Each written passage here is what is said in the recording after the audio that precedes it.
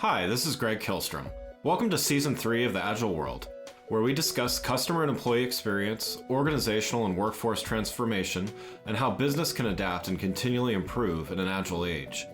The Agile World podcast is brought to you by TEKsystems, an industry leader in full-stack technology services, talent services, and real-world application.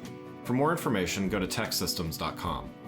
To read more about the topics discussed in this show, you can go to my website at theagile.world and read my latest articles, or get a copy of my latest book, The Agile Workforce, now available on Amazon and other retailers. My name is Greg Kilstrom, and I'm the host of the Agile World podcast.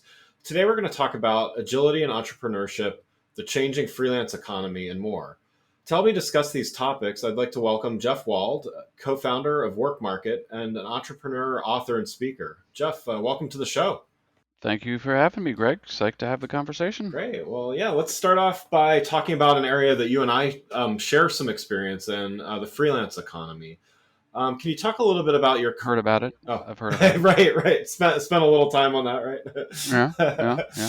So talk a little bit about your company, WorkMarket. It was acquired by ADP in 2018. What did it teach you about the freelance economy? What did you learn from that experience? Whew, wow. I mean, we may need a couple of hours for that. Let's start with this. WorkMarket is enterprise software that enables companies to organize, manage, and pay their on-demand workforce. We raised about 70 million from Union Square Ventures, SoftBank, and as you mentioned, we sold the company to ADP.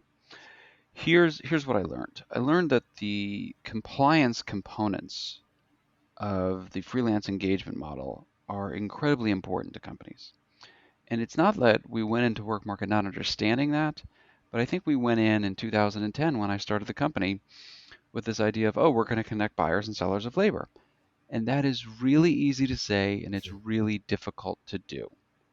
And unlike other companies that I've built in my entrepreneurial journey, with WorkMarket, it took us almost $10 million before we had our really minimum viable product out the door. You can't just go out with something simple and light and easy. And this stuff is hard, and the companies that get it right spend a lot of time getting it right. But once you get it right, it is a huge, huge benefit to companies all over the world. And one of the other things that I learned, one of the thousands of things that I learned, I should say, when ADP acquired us, is that 90% of companies in the world use freelancers, use on-demand labor in some context. And so the market is just huge, and it is growing. Yeah. Where do you see with that growth and just the usage of, so it's companies using freelancers, it's also just more and more freelancers or more individuals becoming freelancers or maybe doing it on the side. Where do you see the biggest opportunity from your vantage point? So I think what we've seen a lot as people think about the gig economy, the freelance economy, whatever you want to call it, we've seen a lot of consumer consumption, the Ubers and Lyfts and DoorDashes and Postmates and things like that. Yeah. What we haven't seen a lot of yet, and where I think the biggest opportunity lies, is in the corporate engagement. That there are a lot of companies that use freelancers, 90%, but how many use them at scale? And so the continued penetration of the on-demand economy into corporate structures, I think, is the biggest opportunity. And companies like yourself that are servicing corporations need to efficiently and compliantly engage this workforce with a marketplace of people, with people that have the right incentives to become freelancers. That is, I think, the biggest opportunity in the market. Yeah. So I guess to follow on that a bit, and you mentioned certainly compliance, and I know this one as well from career gig experience and everything. Compliance is certainly an issue. What do you think are some of the other issues within organizations? I mean, 90% of companies are hiring freelancers or independent contractors, so they're doing it. They know the value of it. Why isn't it more sustainable? And what is it going to take to do that within organizations? Do you think it's well, I'll let you answer. I have my own thoughts. Well, I'll tell you this. The regulatory environment is, to me, far and away the biggest challenge still. The idea that companies just don't know where's the line. And I am very firmly firm in the belief that companies are not out there trying to screw workers over. I don't think that goes through the Right. heart of most HR people and managers and service or heads and in legal and procurement. I don't think they're sitting there going, how can we really screw these people? Right. I just don't believe that. What I do believe is that they are confused as to, well, can I engage this person this way or can I not? Because if they understood it and if the rules were uniform, jurisdiction by jurisdiction, state by state, country by country, certainly, but let's go one step at a time.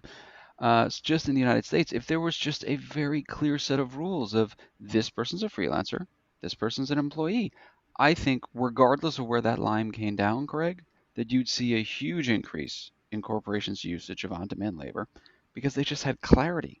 And that's what companies want. They want that clarity. Yeah. But the second biggest impediment is insurance. And so, okay, let's say the regulatory stuff gets solved. It won't, by the way. That's a hill too high. That's a hill too high to climb, right? That ain't not going to happen in the near term Right.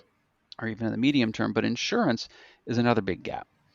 As a company, when I engage workers, I want to make sure those workers are covered if they slip and they fall, or God forbid they, get very hurt themselves, or they hurt somebody else, or they hurt property or information technology and things that they're working on. I need to know that I'm covered.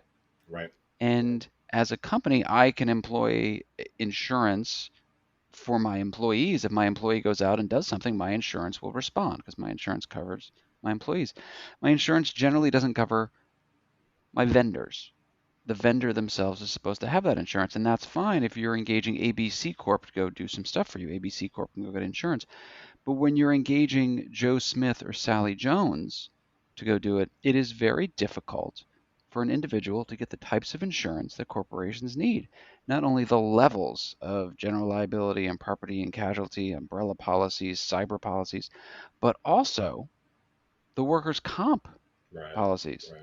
And so finding a way for companies to be able to do that and cover this portion of their extended workforce is a very big challenge and a very big opportunity. And there are some great companies out there trying to solve this now. Yeah, agreed there. And I wonder some of this is some larger organizations probably have this or do have this a little more organized. But if you're you're at a mid-sized organization, it may not be that all hiring of freelancers and contractors is centralized through HR. So HR, they Right. standardize onboarding process for full-time employees. They standardize all that kind of stuff. But having been at a mid-sized company in part of my career, it was the hiring manager or the manager of the department was bringing on freelancers, and so it's kind of the Wild West where one freelancer may have insurance, one freelancer may Mm-hmm. be actually treated in a compliant way, and somebody else across the entire company is like doing the wrong thing. They're having a contractor manage other employees, which is forbidden, 1099 compliant. It's like all of that kind of stuff. So yeah, I mean, how do you solve that kind of problem within an organization? Well, I'll tell you this, Greg, our thesis when we started WorkMarket is there's a lot of on-demand spend, and it is what people are calling rogue spend. That was a Mm. big term back in the day. I don't hear it as much anymore, but it is still a problem. And we thought, well, people are going and they're going to Upwork and Fiverr and Freelancer and they're using their corporate cards to engage. And if HR, legal, and procurement understood that they were engaging, quote unquote, on demand employees this way, they'd freak Yeah. out. And so we'll build the software that'll rationalize that procurement process. And you, instead of procuring X, Y, or Z materials, you're procuring people. But it has to go through the same standardized process. In some cases, a much more stringent process Yeah. because those people are out there representing your brand and you are in some ways responsible for them. And then again, the regulatory issue. I will tell you, we did not make a lot of progress on this. So the answer to your question of, how do you solve it? I don't know. Yeah. I just don't know. I know that marketplaces have done very well. Our friends at Upwork are killing it, Right. and I think that's great. It's great for, the on-demand economy writ large to see such a great standard bearer out there killing it. But is a lot of what goes through their platform rogue spend? Maybe. I honestly don't know. But that is the general pattern that we see and hear. But companies have, I think, are kind of just staying blissfully ignorant about it. Yeah, yeah. I mean, I think some of that may simply be the price point. I mean, hiring somebody on Fiverr or Upwork, it's not gonna register so much as a It's not cost. systematic, Yeah, completely. yeah, A couple $100 here, a couple $1,000 there, and it doesn't cross over the threshold. You're 100% right. yeah. Well, let's switch gears for a minute. In addition to WorkMarket, you've been an entrepreneur in several different companies and industries. Let's talk a little bit more about that. What's kind of the common thread in what you choose to focus on, and how do you choose what's next? Well, the common thread of the things that I've invested in or companies I advise has been the painfully obvious answer of the people. Yeah, Most of the companies that I've invested in, most of the companies that I advise now are people I've known for a long time. For somebody that I've known for 15 years, we've worked together, we've done things together, we're friends. They come and they say, "Hey, I'm going to start this company and I'd like your advice. I'd like you to maybe be an angel investor." My answer almost always, very dangerous statement, but almost always is, "Yeah, I'm in." yeah, And former work market employees, forget about it. Like they don't even need to tell me what they're doing. They're like, "I'm starting." I'm like, "I'm in." Don't even finish a sentence. Don't know what you're doing. Don't care. Put me in. And so, and I've lost a good amount of money doing it that way, but I would still do all those things over again, right? You're betting on people because people are the biggest variable in the equation when you think about startup land as to whether or not that company is going to be successful. yeah, And I have done well overall, with a lot of companies that I put money into that went to zero and the founders failed. And I will call them up when I hear that it failed because I don't when I make an angel investment, Greg, I tend to say, "I'm gonna wire you the money tomorrow. I'm gonna call my accountant after the wire is complete. I'm gonna tell him to write it off the first chance that he gets. yeah, I'm gonna assume you lost everything for me, and I'm never gonna call you. If you need me for anything, call anytime. I'll drop what I'm doing and I'm there, but I will never call and check in on you."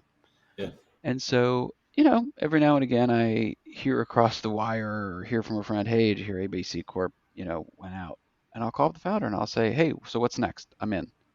nice. Because, you know, I think second time founders that have failed have a higher, I have no idea what the data is, but my sense is that they have a higher probability of succeeding. But these are people I care about.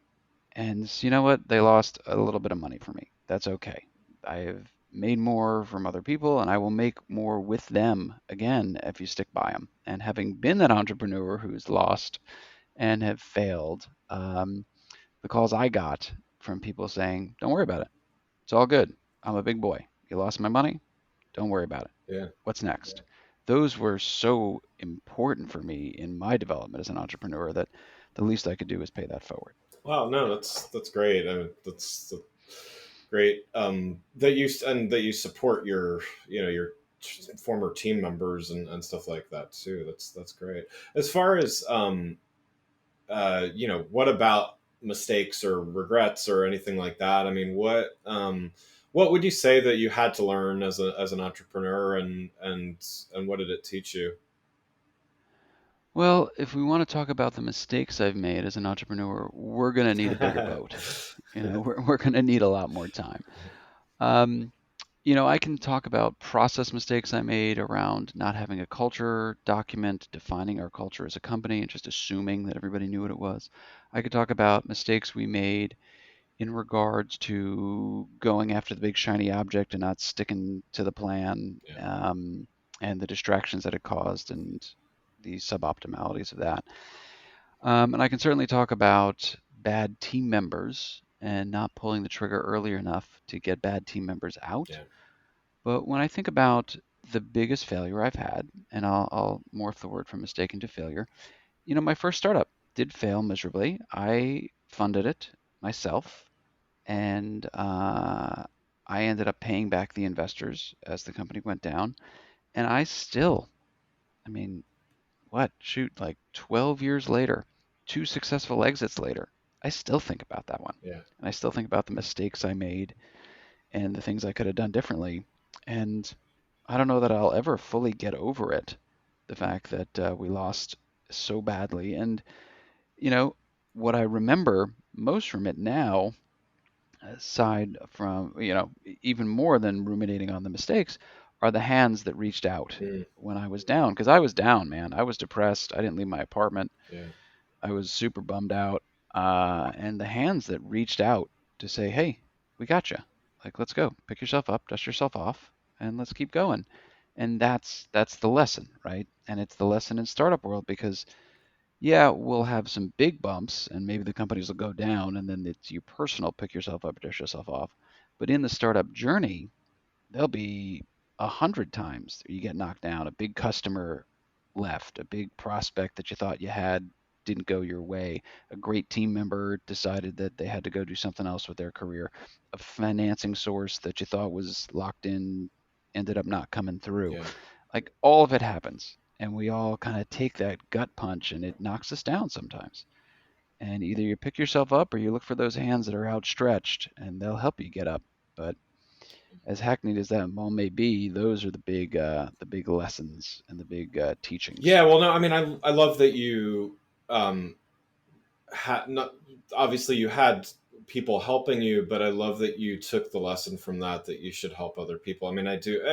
I know what you're saying. It's like whatever term you want to use, pay it forward or all these things. It sounds so trite, and yet it's so important. And I mean, I've always subscribed to that, and I've always tried to help people, and not, the best kind of help is when you're not expecting something in return. You know that someone else is going to help you later on. And I think that's it's great that you were able to learn that, and apply it. And I'm sure there's many people out there that are thankful that you did that, and that whole passing it on kind of thing. That's great. I will tell you the one of the best phone calls I got just a few months ago from an entrepreneur and his company went down, didn't work. And he called up, I didn't invest in it. He never asked him. I didn't know him that well. He said, "Look, man, I got to tell you, we didn't know each other that well. You were a friend of a friend, but every time I asked you for advice, every time I asked you for an intro, you always did it, and you never once put your hand out, Mm. saying, 'Well, look, if I'm going to do all that, I think I should be an advisor. I think I should get some shares or something.'" And I was like, "Of course I wouldn't do that. Like that's crazy." And he said, "Well, a lot of people do it, and you always picked up the phone, and you never asked for anything, and I just wanted to say thank you." And I was like, Wow. "You are welcome," That's awesome. and I would do it again. That's great. And yeah, I mean, again, I think the things like that attitude pays for itself. And so, I mean, if in many ways, I believe. No, that's really great. I wish there were more people like that because Well, I'll tell you this, if someone asks you to send an email and make an intro, if somebody asks you to do something and it takes you 5 minutes, if you're the kind of person that's putting your hand out for that, you're the worst. yeah, You're just the worst. Like you can call me and you can tell me that you're not the worst, but you know you're the worst. But on the flip side of that, if the company really wants some substantive time, if they want an hour here, an hour there, and it starts adding up 3, 4 hours a month where you're actually spending time thinking about their problem, not just making intros, but like really diving deep and giving some strategy thoughts and like helping tweak product, then you should put your hand out. yeah, And the company, you shouldn't have to, quite frankly. The company should offer, like, if you're going to put in real time, you should be compensated for your time. But if you're just going to send an email, no, right, no, no, no. yeah, yeah. No, agreed. Um, I guess from your entrepreneurial standpoint, you've involved in several different things, and several different interesting things. Where should people be looking, in your opinion? Like, what industries, areas, however you want to kind of slice it, like what should they be paying attention to maybe more than they are? It's a really good question. Like the only areas that I'm even remotely qualified, and you can certainly make the argument that I'm not qualified even in these areas, is this kind of future of work where I, wrote my book on, and obviously WorkMarket was a part of the labor force transformation that's going on in the world today. And I will say this. and I'm going to borrow heavily from the book here. As you think about industrial revolutions, and we're in the midst of what many call the fourth industrial revolution now, there are periods of panic. And I think we already went through that period of panic, like, oh my God, the robots are going to Right. take all the Right. jobs and we're all going to be screwed. Okay, we're past that. Now we're in that dislocation phase. And there are a number of things that happen in that dislocation phase. And one, a lot of jobs are lost. And we are seeing that specifically with robots and AI. We've seen that with automation in manufacturing for 30, 40 Mm. years. Um, but one of the other underappreciated things are that the tools and processes that worked in the previous regime don't work as the world of work is evolving. And so I think about things that are necessary before we get to this kind of new way of doing things. And the new way of doing things is fluid and team-based and work from anywhere, Right. and it's all the trends around on-demand labor and team-based work and remote work. But the tools that we have now don't work for the remote first culture. Right. And I think there are a lot of opportunities around meetings and meeting structures, because meetings are just going to get the blank kicked out of them because they're just terrible waste of time, and people are finally understanding that. Yeah. I think productivity tools are going to take another leap forward, because I don't view Slack as a productivity tool. I view Slack as a productivity decreasing tool. Mm. But there are tools that are going to be needed for measuring engagement and performance. And so, as we think about the tools and processes needed as we evolve to this remote first, we evolve to this on demand, as we evolve to this fluid team based future of work, there is a lot of opportunity to create a whole new enterprise suite of tools that I just don't think exist yet. Nice. Nice. That's great. Well, one last question before we wrap up here.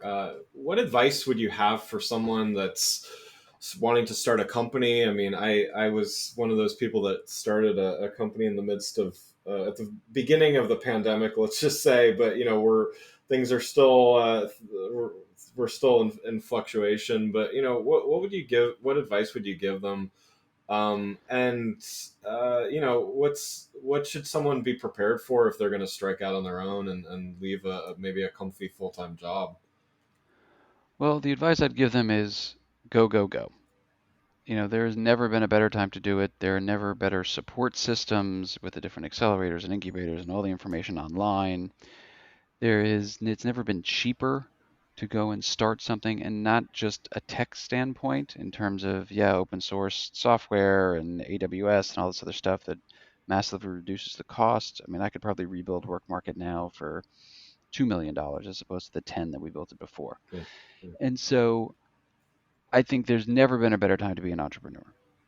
So that said, it is not for everybody. I always tell people you need to be ready in three ways. You need to be ready mentally, physically, and financially.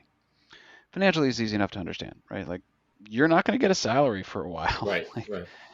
if you came to me and said, "Hey, I need money for my startup," and I gave you money, you just took all of it and paid yourself a salary, I'm not too thrilled with that, Right. right? I want you to go hire people and build product and get out the door.